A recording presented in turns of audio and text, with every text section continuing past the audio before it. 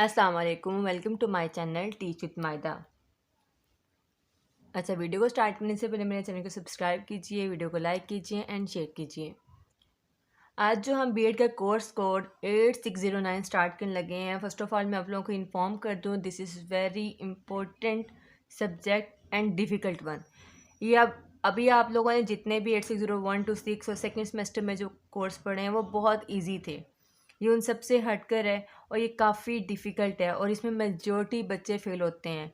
तो आप तमाम वीडियोस को अच्छे से देखिएगा, समझिएगा, पढ़िएगा और इसे अच्छे से तैयार कीजिएगा। ये वेरी इंपॉर्टेंट सब्जेक्ट है और इसका हर क्वेश्चन इंपॉर्टेंट है। तो चलिए हम अपनी वीडियो को स्टार्ट करते हैं। मैं अगेन रिपीट कर रही हूँ, इस सब्जेक्ट को आप इजी मत लीजिएगा, ये सब्जेक्ट इंपॉर्टेंट है। सबसे पहले वो कह रहे हैं कि फ़िलोसफी क्या है। हम सबसे पहले फ़िलोसफी के देखेंगे, उसके बाद उसकी 6 ब्रांचेस हैं उसके बारे में पढ़ेंगे। वो 6 ब्रांचेस के नेम क्या हैं और उस 6 ब्रांचेस में हमें बताया क्या हुआ है। सबसे पहले फ़िलोसफी को बेसिकली हम उर्दू में कहते हैं फ़लसफ़ा। तो फ़िलोसफी को हम कहते हैं फ़लसफ़ा। अब फ़लसफ़ा होता क्या है? बेसिकली फ़िलोसफी वो कह रहे हैं कि philosophy is the study of general and fundamental question about existence. It's mean कि ये ऐसी फ़िलोसफी फ़लसफ़ा ऐसे है जो कि स्टडी करता है जो जनरल या बेसिक मीन्स के फंडामेंटल जो बुनियादी क्वेश्चन होते हैं अबाउट एग्जिस्टेंट नॉलेज, जो अब तक की तालीम, जो अब तक का इल्म वजूद में आ चुका है उसके बारे में जनरल एंड फंडामेंटल क्वेश्चन करता है। उसकी वैल्यूज़ के बारे में, उसकी रीज़न मीन के नॉलेज आई है तो ये क्यों आया, इसकी क्या रीज़न है, इसके पीछे क्या है, ठीक है। उसके अलावा माइंड एंड लैंग्वेज के बारे में। अच्छा, इसको कहते हैं हम लव फॉर विजडम। विजडम का मतलब होता है कि दना, एक किस्म की तालीम के मायने में भी आ जाता है कि इल्म से मोहब्बत। नेक्स्ट वो कह रहे हैं कि such question are often posed as problem to be studied और रिजॉल्व। वो कहते हैं ऐसे क्वेश्चन अराइज किए जाते हैं जो अब तक सॉल्व नहीं होते। वो क्वेश्चन अराइज करने के बाद उस पर स्टडी की जाती है एंड देन उसको रिजॉल्व किया जाता है, ठीक है। तो बेसिकली फ़िलोसफी क्या होता है कि लव और विजडम है और इसमें हम काम करते हैं जो एग्जिस्टेंट नॉलेज है उसकी वैल्यूज़, उसकी रीज़न, उसकी लैंग्वेज, ऐसे क्वेश्चन डेवलप करते हैं और उसको रिजॉल्व करते हैं, ठीक है। अच्छा, पहले जो टाइम होता था जब ये हमारे पास आर्ट्स साइंस के सब्जेक्ट नहीं थे, सबसे पहले जो सब्जेक्ट वजूद में आया था वो ये फ़िलोसफी था। फ़िलोसफी से ही नेक्स्ट साइंस सब्जेक्ट, आर्ट्स के सब्जेक्ट जो है ये निकाले गए हैं। सबसे पहले जो सब्जेक्ट आया था वो फ़िलोसफी ही था। अभी मैंने आपको बताया कि इसकी टोटल 6 ब्रांचेस हैं, ठीक है ना। पहली जो हमारे पास ब्रांच है वो है मेटाफिज़िक्स। अब देखिए, पहले हमने जो अभी तक सब्जेक्ट पढ़े हैं उसमें हेडिंग होती है, हमें नेम से आइडिया हो जाता है कि इसमें क्या हम लिख सकते हैं। अब मेटाफिज़िक्स से आप आइडिया नहीं लगा सकते कि आप इसमें क्या लिखेंगे। इसको आप प्रॉपर रीड आउट करेंगे तो आपको पता चलेगा कि मेटाफिज़िक्स होती क्या है। अब मेटाफिज़िक्स को भी स्टडी करने के आगे 2 मेथड हैं, ठीक है ना। वो ये कह रहे हैं कि मेटाफिजिक्स बेसिकली होता है स्टडी ऑफ रियलिटी, कि रियलिटी के बारे में जो स्टडी करती है चीज़ वो उसे कहते हैं हम मेटाफिजिक्स। अब उसके आगे 2 टाइप्स हैं। एक हम वो कहते हैं कि नैरो सेंस में, मीन्स के लाइक नैरो मीन स्मॉल, ठीक है ना। एक होता है वाइड, लाइक ब्रॉड सेंस में। अब स्टडी ऑफ रियलिटी या तो बिल्कुल मामूली से करते हैं एक तरफ, और दूसरी तरफ होता है कि ब्रॉड सेंस में की जाती है। अच्छा, जो नैरो सेंस में करते हैं वो कहते हैं रियलिटी बियॉन्ड यूनिवर्स, कि हम रियलिटी पिछले के मतलब रियलिटी के पीछे की वजूहात इसमें जानते हैं, ठीक है। और ब्रॉड सेंस में हम कैसे करते हैं, पहले कहते हैं ओरिजिन, नेचर, नेचर की ओरिजिन, उसका वजूद, मतलब नेचर का वजूद कैसे हुआ, ठीक है ना। और उसके बाद बेसिक प्रिंसिपल ऑफ यूनिवर्स, ठीक है ना।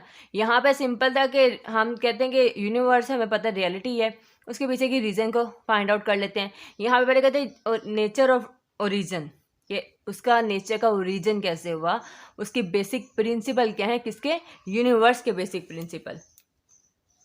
फर्दर इसको थोड़ा सा और स्टडी करेंगे मेटाफिजिक्स को, ताकि आपको अच्छे से समझ आ जाए। वो कह रहे हैं कि it is the branch of philosophy, ये ऐसी फिलोसफी की ब्रांच है that study the ultimate nature of reality और एग्जिस्टेंस। वही बात यहाँ पर आ गई है कि हमने रियलिटी के बारे में स्टडी करना है, ठीक है।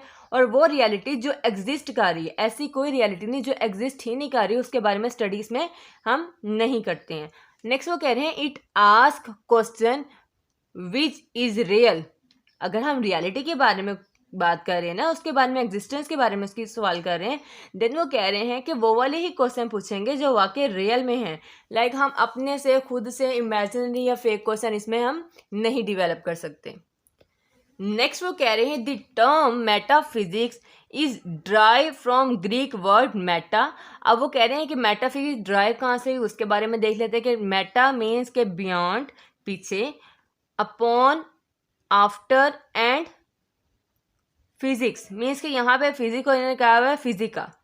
मेटाफिजिक्स है ना, तो फिजिक को इन्होंने यहाँ पे फिजिका कहा हुआ है, जिसके मीन हमारे पास होते हैं फिजिक्स या फिर नेचर के। मतलब कि नेचर के पीछे की रियलिटी के बारे में स्टडी करने को हम कहते हैं मेटाफिजिक्स। और इसमें अभी हम कौन से क्वेश्चन करते हैं, हम इसमें रियलिटी के बारे में रियल क्वेश्चन करते हैं। ठीक है, नेक्स्ट हमारे पास अब इसमें से क्वेश्चन कौन से किए जा सकते हैं। अच्छा, एक और बात, यहाँ पे देखिए 7 क्वेश्चन है, आपने एज इट इज़ इसको याद कर लेना है। ठीक है ना, ये आपके माइंड में अगर कोई और क्वेश्चन आया तो रियलिटी को लेकर क्वेश्चन आया जिसके मेरे पास आंसर नहीं होते, वो क्वेश्चन होते हैं व्हाट इज़ रियलिटी, पहले कहेंगे हकीकत होती क्या है, उसके बारे में उसका आंसर दें इसमें। ठीक है ना, उसके बाद कहते हैं डज गॉड एग्जिस्ट, कि अल्लाह ताला एग्जिस्ट करते हैं, if so we can prove it, क्या हम इसे साबित कर सकते हैं, ऐसे क्वेश्चन होते हैं। ठीक है ना, द प्रॉब्लम ऑफ इवल, कि बुराई का मसला क्या है।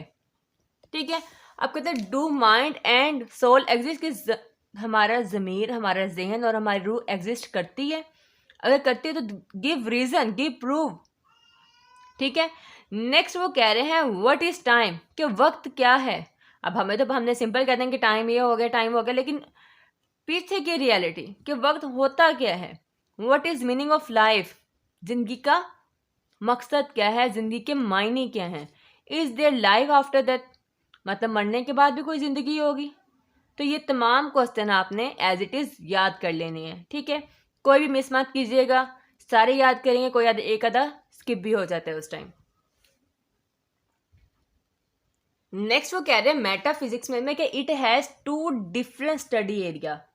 अब वो कह रहे हैं कि यहाँ पे 2 डिफरेंट स्टडी एरिया हैं, एक होता है कॉस्मोलॉजी, एक होता है एंटोलॉजी। ठीक है, अच्छा, कॉस्मोलॉजी क्या है। Cosmology is focus on understanding the origin, evolution and eventual fate of the universe. Cosmology क्या है कि ऐसी समझ होती है, उस पर ऐसी समझ पे, अंडरस्टैंडिंग पे फोकस करता है, ओरिजिन पर, इवेल्युएशन पर, इवेंचुअल फेट मीन के हमारे पास ओरिजिन के बारे में आ रहा होता है। ठीक है ना, कि यूनिवर्स का ओरिजिन कैसे है, वो कैसे इवेल्युएट हुई, इसमें क्या क्या इवेल्युएशन हुई है। ठीक है ना, which include laws that kept it perfect order. ठीक है ना, वो कहते हैं ऐसे कानून जो इस यूनिवर्स को एक परफेक्ट ऑर्डर में कायम करके बैठे हुए हैं, वो लॉज के बारे में हमने स्टडी करना कॉस्मोलॉजी कहलाता है। नेक्स्ट हम पढ़ते हैं कि ऑन्टोलॉजी क्या है। On the other hand, ontology investigate various type of thing that exist and their relation with each other। ठीक है ना, अब वहाँ पे हमने कॉस्मोलॉजी में कहा कि ओरिजिन की वैल्यूएशन, इवेंचुअल कैसे हुआ, कौन से लॉ जो उसको परफेक्ट रखते हैं, उसके बारे में स्टडी करना है। यहाँ पे वो कह रहे हैं कि चीज़ों के दरम्यान में रिलेशनशिप, ठीक है ना, कि various types of thing that exist, कि बहुत सी चीज़ें जो एग्जिस्ट करती हैं और उनका रिलेशन क्या है एक दूसरे के साथ। ठीक है, and their discovery question is asked in metaphysics, मतलब वो चीज़ें जिनका आपस में रिलेशन किया एक दूसरे के साथ और उनके जो मतलब कैसे डिस्कवर हुई, वो तमाम क्वेश्चन हम मेटाफिजिक्स में करते हैं। ठीक है, मैं अगेन रिपीट करती हूँ मेटाफिजिक्स क्या है।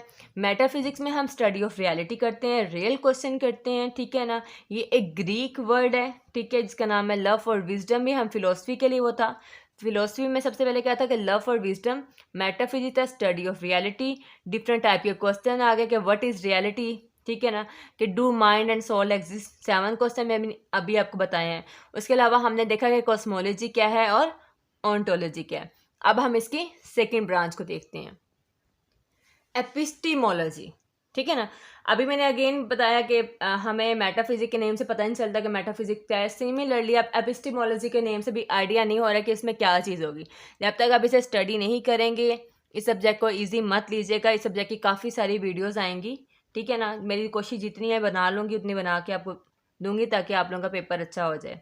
ठीक है, नेक्स्ट देखें, वो कह रहे हैं कि it is the branch of philosophy, ये ऐसे फिलोसफी की ब्रांच है concern with the nature and scope of knowledge, कि नेचर की कंसर्न एंड उसका स्कोप किसका, नॉलेज का scope, and is also refer to as theory of knowledge. Metaphysics में क्या था, स्टडी ऑफ रियलिटी, यहाँ पे कहते हैं कि नेचर और नॉलेज के स्कोप को स्टडी करना हमारे पास एपिस्टिमोलॉजी है। इसे हम, इसका एक अदर वर्ड नेम भी है कि theory of knowledge, refer to, मतलब ये रेफर की जाती है as theory of knowledge. Next वो कह रहे हैं the word epistemology has been drive from Greek word. Metaphysics में भी ये बात की थी कि ग्रीक वर्ड से ड्राइव है, एंड एपिस्टिमोलॉजी में भी कहा है कि वो ग्रीक वर्ड से ही ड्राइव हुआ है। Episteme meaning knowledge, understanding, and logos meaning study of knowledge. Episteme मतलब है नॉलेज, और लास्ट है हमारे पास लोगस, मतलब एपिस्टिमोलॉजी है, मोलॉजी को इन्हें लोगस कह दिया। लोगस का मीन है कि स्टडी ऑफ नॉलेज, ठीक है। नेक्स्ट वो कह रहे हैं other words we can say that epistemology is the study of nature, source and validity of knowledge. वही बात है कि नेचर की स्टडी करना, उसकी सोर्स की स्टडी करना, या हमारे पास नॉलेज की वैलिडिटी के बारे में, पिछले स्कोप की बात की, यहाँ पे वैलिडिटी की बात करें कि वैलिडिटी या फिर नॉलेज के स्कोप की बात करना।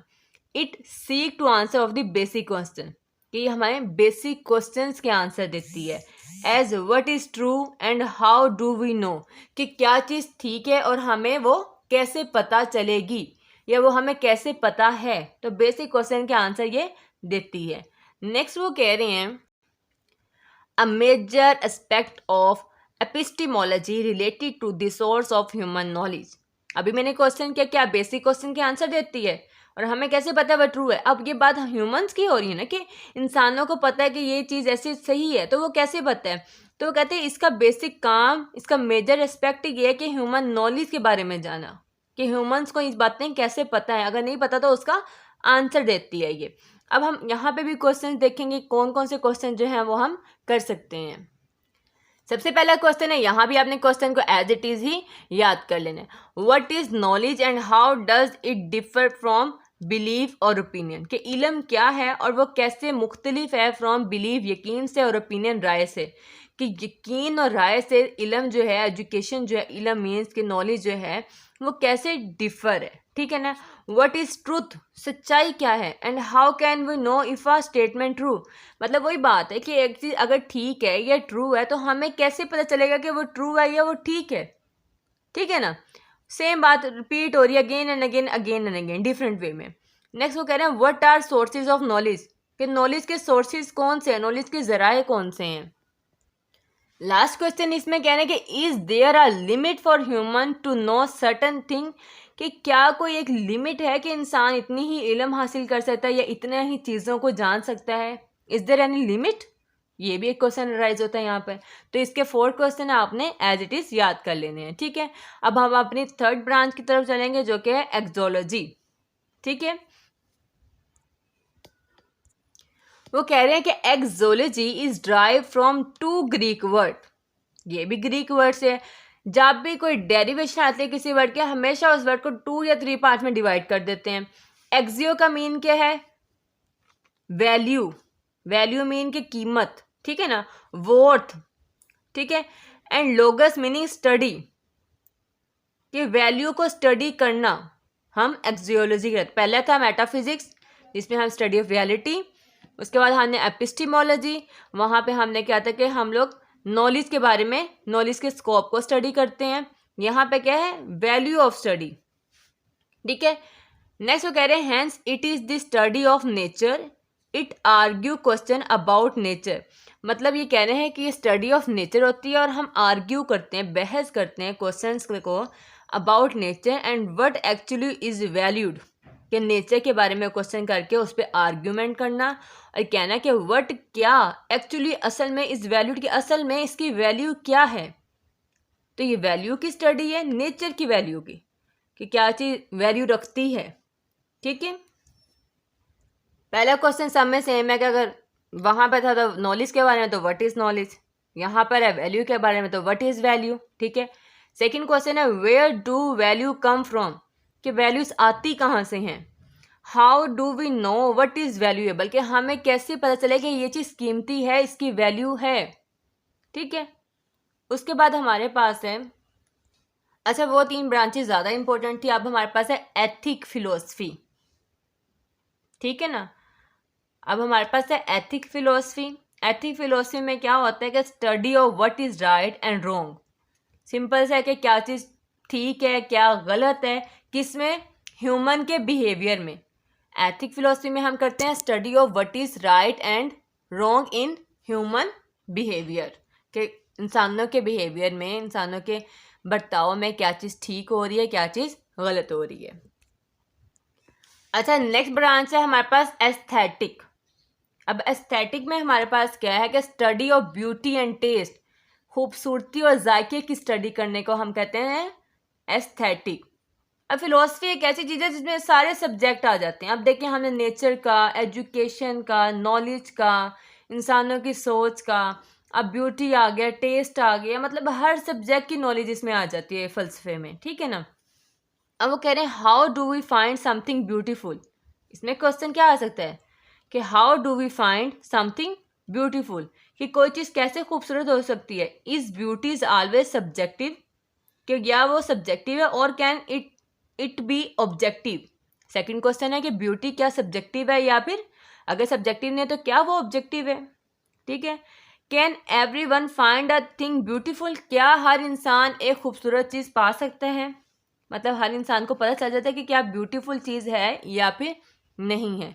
नेक्स्ट क्या है कि it also talk about performing art like music, कि ये जो एस्थेटिक है इसमें हम म्यूज़िक को जो परफॉर्म करते हैं उसके बारे में भी बात करते हैं, ठीक है। अब हम लास्ट 6 ब्रांच को पढ़ने जा रहे हैं जो कि है पॉलिटिकल फिलोसफी। अब पॉलिटिकल के नेम से ही हमें आइडिया हो रहा है किसके बारे में स्टडी होगी, डेफिनेटली पॉलिटिक्स के बारे में, सियासत के बारे में। तो देखते हैं इसमें क्या है। वो कहना है study of government addressing question about the nature scope of public agent, mean के पब्लिक के मसाइल उसके बारे में बातचीत करना, नेचर में क्या स्कोप आ रहा है, मतलब पूरी गवर्नमेंट क्या, पॉलिटिक्स। आप इसमें काफ़ी कुछ खुद से लिख सकते हैं कि पॉलिटिक्स में हमारे मसाइल क्या हैं, पॉलिटिकल क्या करते हैं, मतलब ये सियासतदान क्या काम कर रहे हैं हमारे लिए, ये सब कुछ कंट्रोल करना इनके अंडर होता है, सारी एक किस्म के हमारी कंट्री को चलाना, ठीक है ना। तो तमाम चीज़ें मतलब वो बहस करते हैं, ऐसे करके ठीक किया जाए, मीटिंग्स करते हैं, तो ये तमाम क्या होता है पॉलिटिकल फिलोसफी। अच्छा ये अब हमारे पास एक क्वेश्चन कंप्लीट हुआ कि फ़िलोसफी क्या है और उसकी 6 ब्रांचेस क्या हैं, ठीक है ना। ये चैप्टर 1 का बेसिकली क्वेश्चन, मैं आपको चैप्टर वाइज क्वेश्चन नहीं बता रही हूँ, ऐसे ही कोई 8-9 वीडियोस अपलोड करूँगी ताकि जो इंपॉर्टेंट क्वेश्चंस हैं उसके बारे में आपको एक्सप्लेन कर सकूँ। अब हमारे पास सेकंड क्वेश्चन क्या है, पहला था फिलोसफी और उसकी ब्रांचेस के बारे में क्वेश्चन आ सकता है। अब हमारे पास सेकंड क्वेश्चन है कि रोल ऑफ फिलोसफी का किरदार क्या है in education policy and practice, कि एजुकेशन में हमारे पास फिलोसफी का किरदार क्या है। वो कह रहे हैं philosophy and education are interdependent to each other, मतलब फिलोसफी और तालीम एक दूसरे पे डिपेंड करती हैं। एजुकेशन फिलोसफी पे, फिलोसफी एजुकेशन पे डिपेंड करती है। सबसे पहला पॉइंट वो कह रहे हैं कि philosophy determine the real destination, ये वो रियल डेस्टिनेशन, रियल मतलब एक डेस्टिनेशन होती है ना कि हमारी मंजिल ये है, फिलोसफी उसको डिटरमाइन करती है और टारगेट करती है toward which education is to go. Philosophy हमारी डेस्टिनेशन को मालूम करती है और एजुकेशन की तरफ टारगेट करती है कि हमें किस तरफ जाना है। नेक्स्ट वो कह रहे हैं कि philosophy determine the goal of life, कि हमारे ज़िंदगी का मकसद क्या है। हमें सबसे पहले कुछ भी करने के लिए मतलब अब किसी भी फील्ड में आप जाएं, फॉर एग्जांपल मेडिकल में जाएं, नॉन मेडिकल में जाएं, तो कहते हैं फिलोसफी इसको डिटरमाइन करती है कि which field is better, what is your goal of life, और उसको फुलफिल कौन करता है, उसको फुलफिल डेफिनेटली एजुकेशन करती है। तो इसीलिए वो कह रहे हैं कि फिलोसफी और एजुकेशन क्या है, एक दूसरे के इंटरडिपेंडेंस है, ठीक है। अच्छा नेक्स्ट वो ये कह रहे हैं कि philosophy determine the goal of life and also provide suitable guidance for education to achieve that goal. वही बात है अभी जो मैंने एक्सप्लेन किया है कि फिलोसफी हमें लाइफ का गोल बताती है और एजुकेशन बताती है कि उस गोल को हमने अचीव कैसे करना है। ठीक है, पहला पॉइंट क्लियर है। अच्छा, अभी किसी का स्पेंसर ने कहा था कि द एजुकेशन इज प्रैक्टिकेबल, ठीक है ना, only by a true philosophy, कि एजुकेशन में तब प्रैक्टिकेबल होगी जब हमारे पास फिलोसफी ठीक होगी। फॉर एग्जांपल, आपको इंटरेस्ट है कि आपने एक मेडिकल फील्ड में जाना है, आप चल जाते हैं इंजीनियरिंग में। इंटरेस्ट नहीं होता तब तक हमें स्टडी को ही रट्टा मारना होता है ना, एजुकेशन हासिल नहीं करते। जब हमारा इंटरेस्ट नहीं होगा, हम चीज़ों को सीखेंगे नहीं, तो हमारा गोल हमें मिलेगा नहीं। तो वही बात है, जब तक आपको अपना गोल नहीं पता चलेगा तो वो एजुकेशन भी प्रैक्टिकेबल नहीं होगी। अच्छा, सेकंड पॉइंट है philosophy determined and influence various aspect of education, कि फिलोसफी डिटरमाइन करती है, मालूम करती है और इन्फ्लुएंस असरार डालती है वेरियस एस्पेक्ट ऑफ एजुकेशन। ठीक है ना, कि एजुकेशन के बहुत सारे पहलुओं पर जो है फिलोसफी इन्फ्लुएंस करती है, उस पर असर करती है। Through out the system of education in every society और नेशन, मतलब हर सोसाइटी में, हर दुनिया की हर कौम में फिलोसफी एक अहम किरदार करती है किसमें, एजुकेशन के अंदर।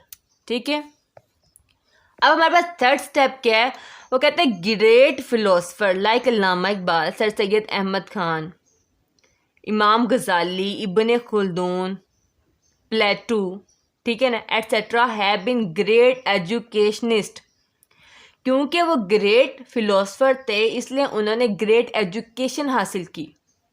वही बात है ना कि अगर आपको आप अच्छे फिलोसफर होंगे तो आप अपनी ज़िंदगी के एम को इजीली हासिल कर सकते हैं। ठीक है, नेक्स्ट वो कह रहे हैं and have guided us regarding education policy, और उन्होंने ही हमें गाइड किया कि अपना एजुकेशन प्लान क्या होगा, आपका एम क्या होगा, करिकुलम कैसे आप डिज़ाइन करेंगे for learning of the world.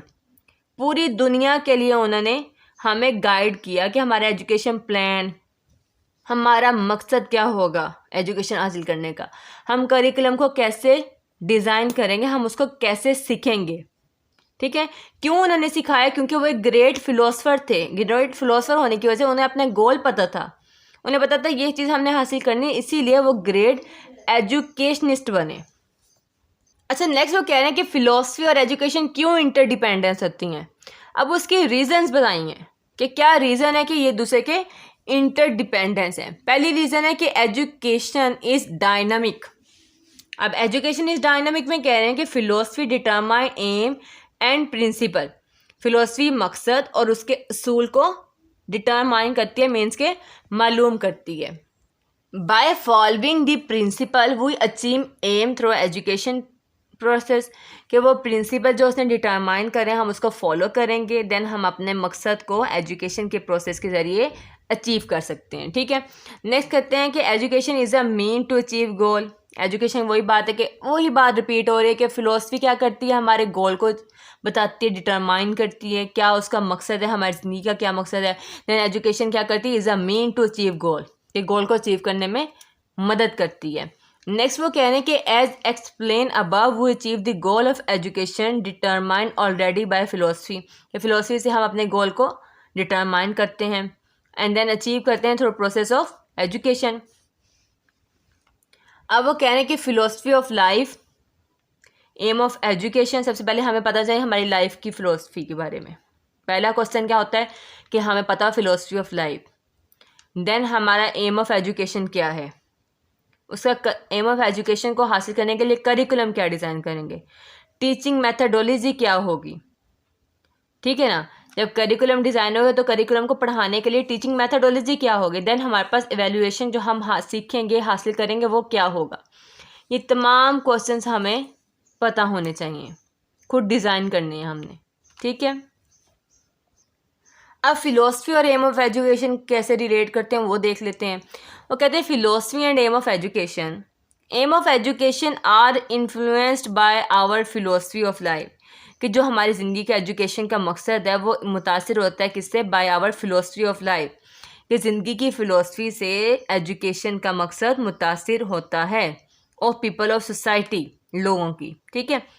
वो कहते हैं philosophy formulate what is conceive to be end of life. Philosophy आपको ये बताती है कि आप जो हासिल करोगे, जिस मकसद की आप कोशिश कर रहे हो, उसका एंड क्या होगा, कि एट द एंड लाइफ में आप उसको क्या हासिल करोगे, ठीक है ना। Education offer how this end is to be achieve.